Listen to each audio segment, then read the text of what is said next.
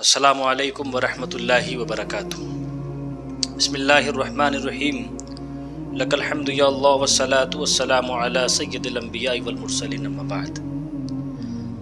ہم اور آپ آج حضور صلی اللہ تعالی علیہ وسلم سے محبت کا دعویٰ کرتے ہیں کہ ہم حضور سے محبت کرتے ہیں۔ ہم حضور سے کتنی محبت کرتے ہیں؟ پہلی بات میں آپ کو بتا دوں کہ رسول اللہ کے معاملے میں محبت نہیں کی جاتی، رسول اللہ کے معاملے میں عشق کیا جاتا ہے۔ اصل میں محبت جب ہم کسی سے کرتے ہیں تو اس میں اپنا بھی خیال رہتا ہے اور دوسرے کا بھی خیال رہتا ہے۔ محبت جس سے کرتے ہیں اس میں اپنا بھی خیال رہتا ہے اور محبوب کا بھی خیال رہتا ہے۔ لیکن جب ہم کسی سے عشق کرتے ہیں تو اس وقت صرف محبوب کا خیال رہتا ہے، محبوب کی باتیں یاد رہتی ہیں، محبوب کی ادائیں یاد رہتی ہیں، اپنا کچھ خیال نہیں رہتا۔ اسی لیے رسول اللہ کے معاملے میں اپنی ذات کو بھول جانا چاہیے، بس رسول اللہ کی باتیں، رسول اللہ کی زلفیں، رسول اللہ کا چہرہ والضحیٰ، رسول اللہ کا سینہ علم نشرح لک صدرک، رسول اللہ کی زلف واللیل اذا سجا، رسول اللہ کا چہرہ والضحیٰ، رسول اللہ کی رحمت وما ارسلناک الا رحمۃ للعالمین۔ یہ ساری باتیں یاد رکھنی چاہیے۔ اچھا، ہم انسان ہو کے حضور سے محبت نہیں کر پاتے، حضور سے عشق نہیں کر پاتے۔ نبی کریم صلی اللہ تعالی علیہ وسلم جب خطبہ ارشاد فرمایا کرتے تھے تو لکڑی کا ایک تنا تھا، آپ اس پہ ٹیک لگاتے اور اس پہ خطبہ ارشاد فرماتے۔ جب زمانہ بدلا تو ممبر شریف بنایا گیا، مسجد نبوی میں ممبر شریف رکھا گیا اور اس تنے کو سائڈ کر دیا گیا۔ حضور صلی اللہ تعالی علیہ وسلم اس ممبر پر تشریف فرما ہوئے تو اچانک ایک رونے کی آواز آئی، چیخ و پکار کی آواز آئی، کوئی رو رہا ہے۔ صحابہ ارد گرد دیکھتے ہیں کہ کون رو رہا ہے، اسے چھپایا جائے، لیکن رونے والا نظر نہیں آ رہا، رونے والا کوئی نظر نہیں آ رہا۔ میرے آقا کریم ممبر شریف سے اترتے ہیں اور اترنے کے بعد اس تنے کے پاس جاتے ہیں جس تنے پر ٹیک لگا کے حضور صلی اللہ تعالی علیہ وسلم خطبہ ارشاد فرمایا کرتے تھے، اور اس کو اپنے سینے سے لگا لیتے ہیں۔ وہ تنا حضور کی جدائی پہ رو رہا تھا، اس تنے کو اتنی محبت تھی کہ میرے آقا ارشاد فرماتے ہیں کہ اگر میں اس تنے کو سینے سے نہ لگاتا تو یہ قیامت تک روتا رہتا۔ آج ہم اپنا محاسبہ کریں کہ ہم حضور سے کتنی محبت کرتے ہیں، ہم حضور سے کتنا عشق کرتے ہیں۔ ایک وہ تھے حضرت عمار بن یاسر رضی اللہ تعالیٰ عنہ، جنہوں نے مصطفیٰ کے لیے اپنا باپ دے دیا، اپنی ماں دے دی، اپنی اولادیں، اپنے بھائی بہن، اپنا گھر تک جلوا دیا، مگر شریعت مطہرہ سے اور حضور کی محبت، حضور کے عشق سے ذرہ برابر پیچھے نہیں ہٹتے۔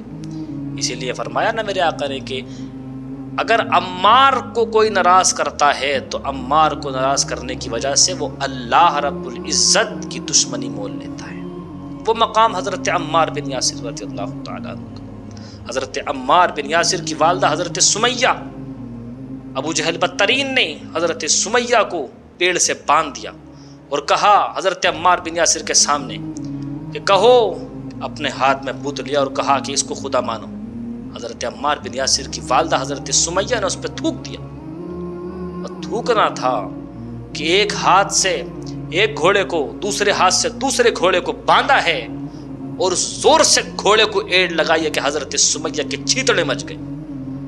ذرہ برابر پیچھے نہ ہٹنے والی یہ صحابہ کی جماعت تھی مصطفیٰ سے، بالکل جماعت، یہ ایسی جماعت تھی کہ بالکل پیچھے نہیں ہٹتے۔ آج ہم اور اپنا محاسبہ کریں۔ ہمارے کاروبار میں آج اگر کوئی دقت آتی ہے، ہمارے سماج میں، ہماری زندگی میں اگر آج کوئی دقت آتی ہے تو آج کا مسلمان مندر تک چلا جاتا ہے ماتھا ٹیکنے کے لیے، آج کا مسلمان پنڈتوں کے پاس چلا جاتا ہے ماتھا ٹیکنے کے لیے کہ اس کا کام ٹھیک ہو جائے، اس کی مشکلیں آسان ہو جائیں۔ یار، یہ مسلمان بھول گیا کہ رسول اللہ نے ارشاد فرمایا اگر تمہاری صبح بھی قرآن سے ہوگی، تمہاری رات بھی قرآن سے ہوگی تو اللہ تمہارے گھر میں خیر و برکت کا نزول فرمائے گا۔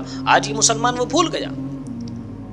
قرآن کو چھوڑنا تھا کہ زندگی نے آج مندروں تک پٹک دیا ہے۔ ہم کو اپنی زندگی کا محاسبہ کرنا چاہیے، اپنے آپ پر محاسبہ کرنا چاہیے۔ جو قوم رسول اللہ صلی اللہ تعالی علیہ وسلم کا حق ادا نہ کر سکتی ہے، آج وہ قوم سڑکوں پہ نکل کر کے اپنا حق مانگنے کو تیار ہے حکومت سے۔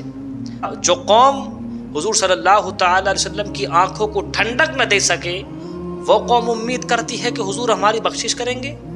یار ذرا سوچو تو صحیح کہ جمعرات کے دن جب فرشتے ہمارے اور آپ کے اعمال حضور کی بارگاہ میں لے جائیں گے کہ یا رسول اللہ یہ ہے آپ کا امتی، یہ ہے آپ کا امتی جس کی راتیں خراب تھیں، جس کے دن خراب تھے، یا رسول اللہ یہ ہے آپ کا امتی، حضور اس کے لیے آپ روتے تھے، حضور اس کے لیے آپ رویا کرتے تھے راتوں رات، میرے مصطفیٰ کو کتنی تکلیف ہوتی ہوگی۔ اس لیے میرے بھائی اپنی زندگی کا محاسبہ کرنا چاہیے، اپنے آپ کو حضور صلی اللہ تعالی علیہ وسلم کی دہلیز پہ لانا ہے، حضور صلی اللہ تعالی علیہ وسلم کی شریعت مطہرہ پر عمل کرنا ہے۔